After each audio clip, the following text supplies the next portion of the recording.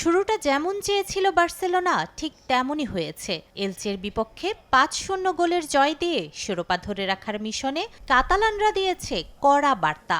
Raphinha ও Fermin লোপেজের জোড়া গোলের সঙ্গে অভিষেকেই জালের দেখা পেয়েছেন কারিম আদেমি, আর বদলি নেমে অ্যান্থনি গর্ডন করেছেন ২টি অ্যাসিস্ট। এবার সেই ছন্দ নিজেদের মাঠে ধরে রাখার চ্যালেঞ্জ। প্রতিপক্ষ অ্যাথলেটিক বিলবাও, যাদের শুরুটা হয়েছে ঠিক উল্টোভাবে। সেভিয়ার কাছে ৩-১ গোলে হারা দলটা চাইবে বার্সার মাঠে ঘুরে দাঁড়াতে।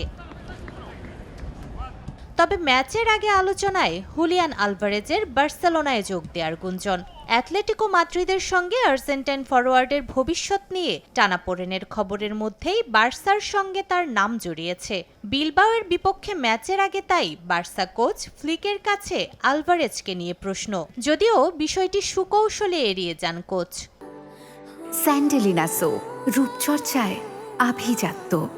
I don't want to speak about Julian, but I only want to আমি হুলিয়ানকে নিয়ে কথা বলতে চাই না, আমি শুধু ক্লাবের পরিস্থিতি নিয়ে কথা বলবো।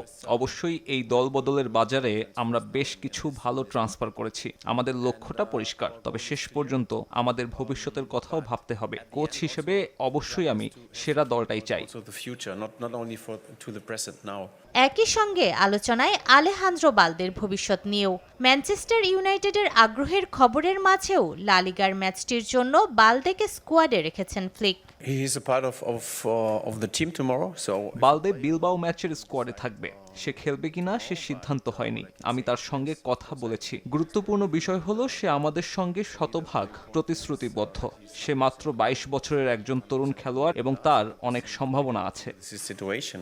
দলবদলের শেষ মুহূর্তে বার্সেলোনার কিছু হিসাব এখনও অমীমাংসিত।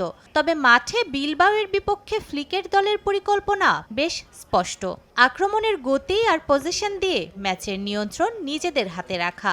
এই আক্রমণ ভাগের গতি সামলানো বিলবাও রক্ষণের বড় পরীক্ষা। ম্যাচের আগে আলাদা নজর লামিন ইয়ামালের দিকে। এলচের বিপক্ষে গোল না পেলেও আক্রমণে ছিলেন সক্রিয়। Lamine is a genius. We all know that. তবে লামিনে একজন জিনিয়াস, এটা আমরা সবাই জানি। ৩ সপ্তাহ ছুটিতে ছিল সে, এরপর মাত্র কয়েকদিন অনুশীলন করেছে। তাই এখনই তার সেরা পর্যায়ে থাকা সম্ভব নয়, এটাই স্বাভাবিক। আমাদের ধাপে ধাপে এগোতে হবে যাতে সে আবার নিজের সেরা অবস্থায় ফিরতে পারে। We have to find also their solution step by step. দুদলের মুখোমুখি শেষ ৫ দেখার সবকটিতেই জিতেছে বার্সেলোনা। বিলবাওয়ের জালে দিয়েছে ১৫ গোল। নূরে জান্নাত, সময় সংবাদ।